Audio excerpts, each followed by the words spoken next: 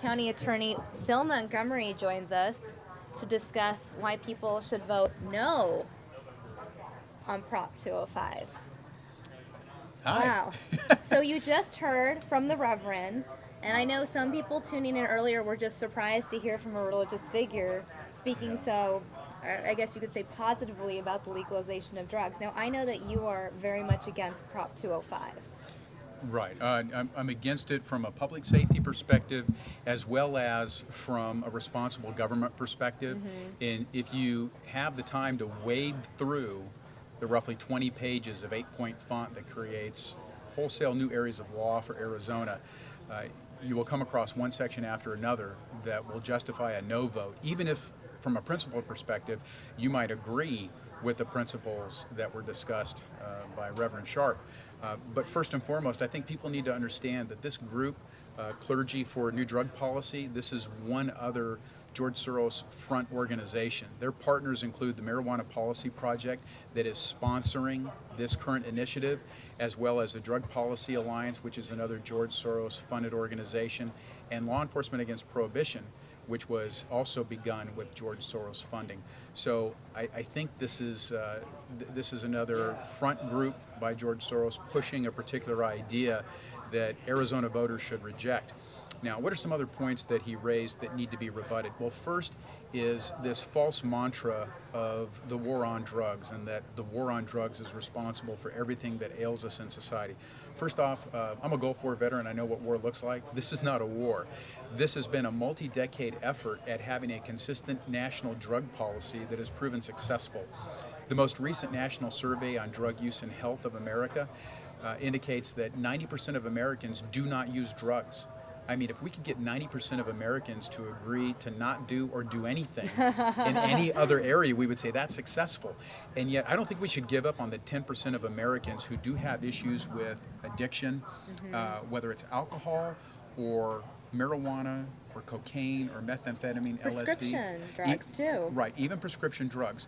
And the other thing to keep in mind is, and I appreciated Reverend Sharp's call for us to be honest. So let's be honest. 6 years ago, we were told that if we created a medical marijuana system in Arizona, we'd be able to help those with marijuana as medicine.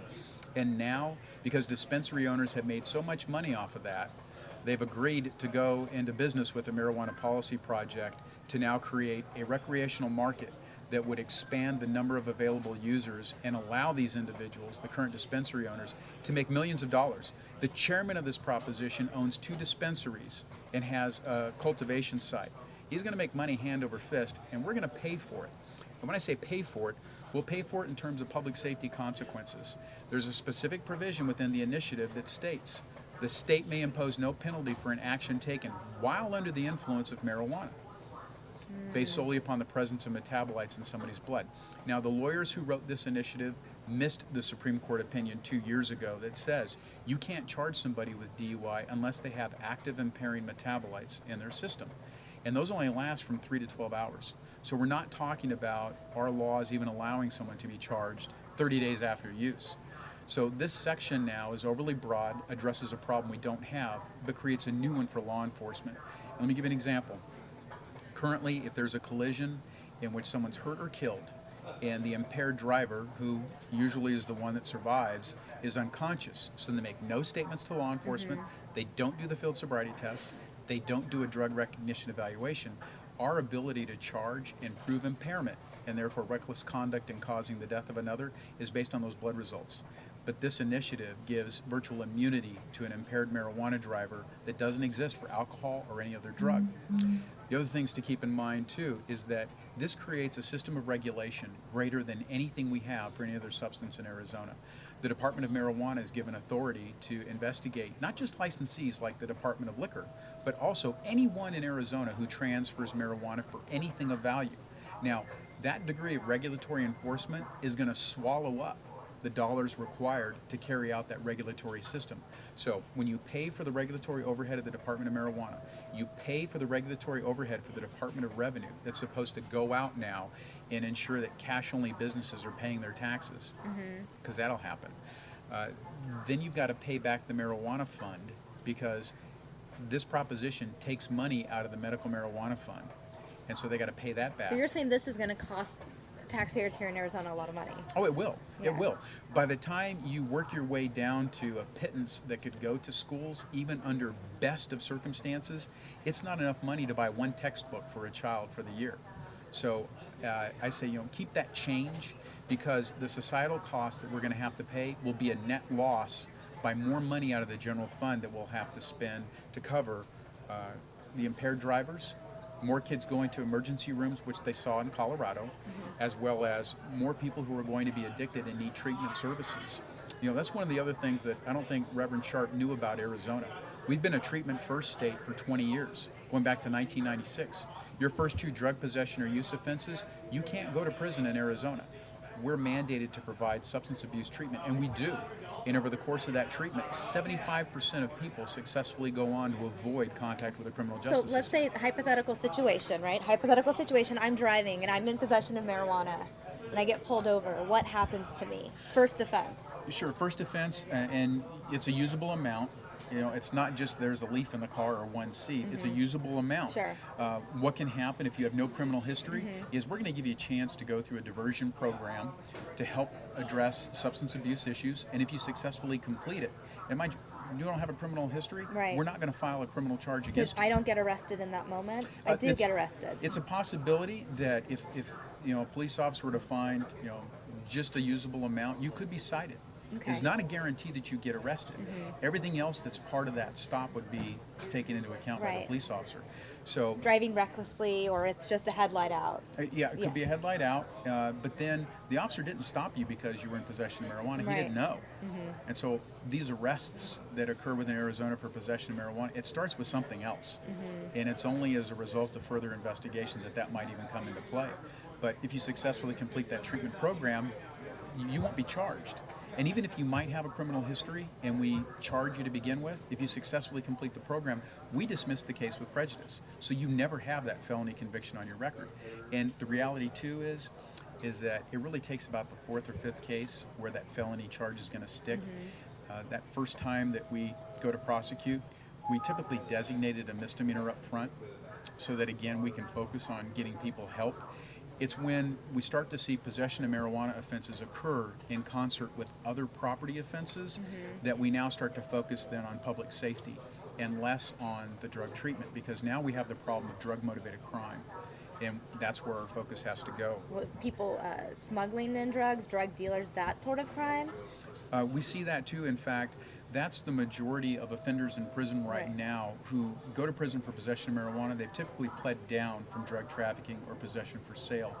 In Arizona, we're the main thoroughfare for drug smuggling in the United States. And legalizing marijuana is not going to change that. I mean, in Colorado, they've seen cartel operations expand. They've had, over the last couple of years, federal, state, and local law enforcement investigations that have resulted in the arrests of nationals from Cuba, China, Colombia, Laos, Mexico, and Vietnam.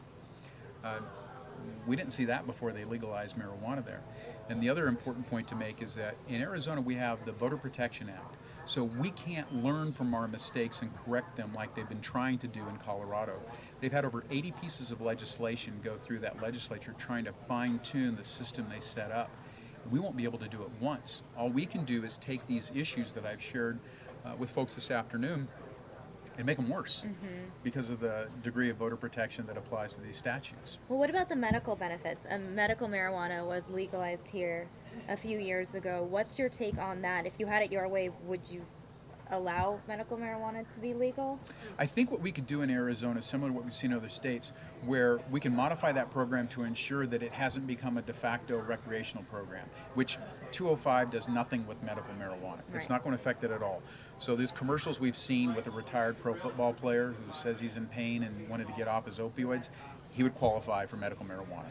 The veteran who declares that he suffers from PTSD and or problems with opioids would qualify for medical marijuana. 205 doesn't touch that at all. But what I would suggest we do so that we aren't ignoring federal law is we could pass a law in the state of Arizona that said if you're complying with federally approved trials or federally approved applications of marijuana and derivatives, then you wouldn't be subject to state prosecution. It's similar to what we have with medical marijuana now, but it would be more tied to those programs that are actually going through the rigorous process of making sure that people are getting medicine that helps a particular condition with a particular dose and a particular frequency, like we treat all other medicine. Would you say that in the current state, medical marijuana is being abused, or people are getting prescriptions that may not need it? Well, and the term that's used under the Medical Marijuana Act is a recommendation, and we know that that's true. When you've got the top 10 prescribers or recommenders for marijuana being responsible for over 50% of the individuals who qualified, that's a heads up that we have a problem. When you look at the biggest demographic, age-wise, is 18 to 40, male, and it's chronic pain. That's a problem. That's like almost 50% of the population, and over 70% of the conditions are chronic pain. It's about 5% actually have the conditions that when medical marijuana was on our ballot, the proposers for that initiative said, this is who it's supposed to help, 5%. And these same folks are now back 6 years later telling us, well, it's not really medicine, it can be used by anybody. That's the confusing message we're sending to youth, where we told them that drug use for the last 2 decades or 3 decades plus is not good for you, it will harm your development, it will impact your future. And then we tell them, well, this particular drug that in its potency today, this isn't the marijuana of yesterday. Before it was 3 to 5% THC. Today, it averages 18% in retail stores in Denver. It can be as much as 36% in just the smoked form. The concentrated form can be in excess of 90% THC, and that's what they're using to make edibles. But Right. that being used by teens today will interfere with their brain development and can interfere with the actual physical construct of the brain. Well, what about the argument that people make that marijuana, relative to other drugs, not as harmful, not addictive compared to, a big problem we have here in Arizona, like heroin? Right. And any drug is harmful in and of itself and how it impacts the human body and its addictive components. One drug relative to another doesn't really tell the story. If you're addicted to heroin and you're not a user of alcohol, you could say, well, alcohol in this case is relatively safer than heroin. But those relative comparisons pale in comparison to the harm that's done to any individual with drug use in and of itself. I would say that the marijuana that is being sold today is addictive. It does carry use disorders. In fact, current active users of marijuana have a use disorder rate of 1 out of 3. And nowhere near that is the use disorder rate for abusers of alcohol right now. The number one substance people are seeking treatment for in Colorado is marijuana. It's displaced alcohol. In that sense, people there are now treating marijuana like alcohol. But Colorado still leads the nation in usage rates for marijuana, opioids, alcohol, and cocaine. Legalizing marijuana didn't get rid of those other substances or abuse of those other substances. It didn't replace it. Now we see the additive effect, and that increases the risk for the community and the costs of addiction and the risks to teens and other youth who may fall into that same addiction trap.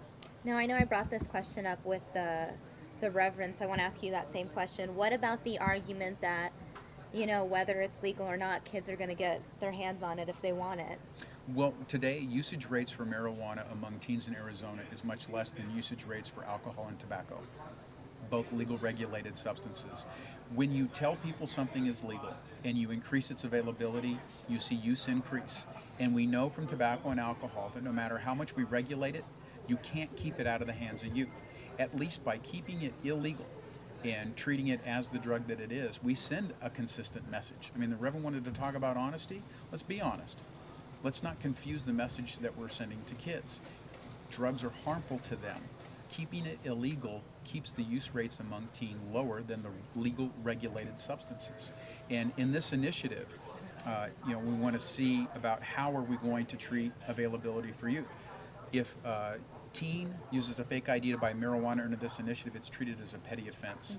If it's alcohol, it's a criminal misdemeanor. If a teen gets someone to buy marijuana for them under this initiative, it's a petty offense. If they were to do it with alcohol, it'd be a criminal misdemeanor. So what kind of message are we really sending? I would challenge the Reverend to actually read this initiative because I don't think he did it. I would challenge the Reverend to actually look at how we treat substance abuse in Arizona because I don't think he's aware of it. And yet again, what we've got is someone who's pushing a legalize at any cost message, who's part of a George Soros-backed organization, pushing a theory and pushing a narrative that's not true for Arizona. Okay, Mr. Montgomery, final thoughts for viewers out there who are still undecided, because right now latest polls show that more people are supporting yes on 205 than no on 205. We are just a couple of weeks away from the election. What do you want to tell those people at home who are undecided or maybe planning to vote yes? Well, I would say that if your overall idea is that we shouldn't have criminalized drug use in the United States, that's fine. Because we're being asked in Arizona to sit as a super legislature, exercising our right under the Constitution to pass laws. So look at this like you would as a legislator and see, does this idea and how it gets implemented match your vision of what a legalized marijuana regime would look like? Because for everybody who's actually read through this initiative, my libertarian friends, conservatives who think that we should legalize, they don't like how this is set up. This lines the pockets of dispensary owners, gives them a captive market, creates regulatory regimes for the marijuana industry that don't exist for any other, minimizes penalties for youth access, creates public safety harms. So if the idea was simply to decriminalize, that could have been done in one paragraph, and instead we've got 19 more pages. This creates a level of government bureaucracy we don't see with anything else. We'd say vote no on this, and let's come back and talk about legalization later. We'll have more time to see what's going on in Colorado, what works, what doesn't work, and we can have that conversation later. But for this election, for this initiative, for these ideas, this isn't good for Arizona, and people should vote no on Proposition 205. Thank you so much. Bill Montgomery, guys, Maricopa County Attorney, telling you why you should not vote on Prop 205.